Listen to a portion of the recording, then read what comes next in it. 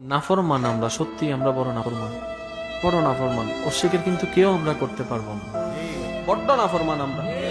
কেমন নাফরমান? রিজিক দিয়েছেন আল্লাহ, শুরুতে বিসমিল্লাহ বলতে ভুলে যাই, শেষে আলহামদুলিল্লাহ বলতে ভুলে যাই।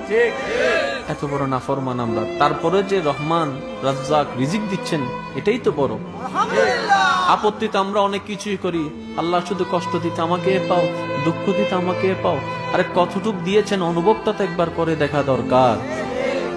না পাওয়ার লিস্টিটা না করে দেখলাম, পাওয়ার লিস্টিটা তো একবার চোখ দিয়ে দেখা দরকার যে মওলা না চাইতে অযোগ্য হওয়া সত্ত্বেও কতটুক দান করেছেন আমাদেরকে। সবকিছু বাদ দেন, যে চেহারাটা আপনার আমার আছে, এটা যদি বান্দরের মতো করে দিত, তা আমার মওলার সেকেন্ডের জন্য দরকার নেই, সেকেন্ডের আগেও আমার মওলা ছেলে করে দিতে পারেন। হাজার গুনাহ করার পরও এখনো চেহারার মধ্যে রং ঝকঝক করে সুন্দর। এই শুকরিয়া কিসের বিনিময়ে আপনি আমি আদায় করব? কয় কোটি টাকা দিয়ে, কয় কোটি টাকা দিয়ে এটার শুকরিয়া আদায় করা সম্ভব? আপনার আমার সম্ভব? যদি টাকা দিয়ে সম্ভব হতো, আপনার আমার মতো গরিবরা পারতাম না। কিন্তু আল্লাহ পাক বলে যে বান্দা চিন্তা করিস না, তুই যদি শুকরিয়া আদায় করতে চাস সম্ভব। আল্লাহ কিভাবে? আমার কাছে তো কোটি টাকা নেই। আল্লাহ পাক বলে যে মন থেকে শুধু একবার আলহামদুলিল্লাহ বল।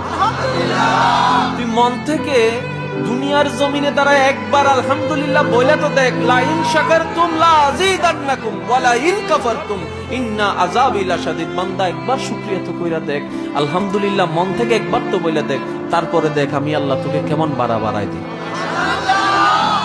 বাস আমরা সেটা তো নেই, জাস্ট একটা সেকেন্ড আলহামদুলিল্লাহ বলাটা এটার মধ্যে নাই। তারপরও আমরা জান্নাতের আশাবাদী, তারপরও আমরা জান্নাতের আশাবাদী। তাও আবার তেমন যেমন তেমন জান্নাত চাই না, জান্নাতুল ফেরদৌসের আশা নাই। মোরত আমাদের একটু, স্বপ্ন আমাদের বিশাল। কল্পনা করেছেন কখনো নিজেকে চেহারাকে আয়নার সামনে দাঁড়ায় প্রশ্ন করেছেন? নিজের নামটা ধরে একবার আয়নার সামনে দাঁড়ায় নিজেকে নিজে প্রশ্ন করেন, এই তোর যোগ্যতা কি? তুই যে এত বড় বড় স্বপ্ন দেখোস, এত বড় বড় আশা করস, তোর যোগ্যতাটা কি?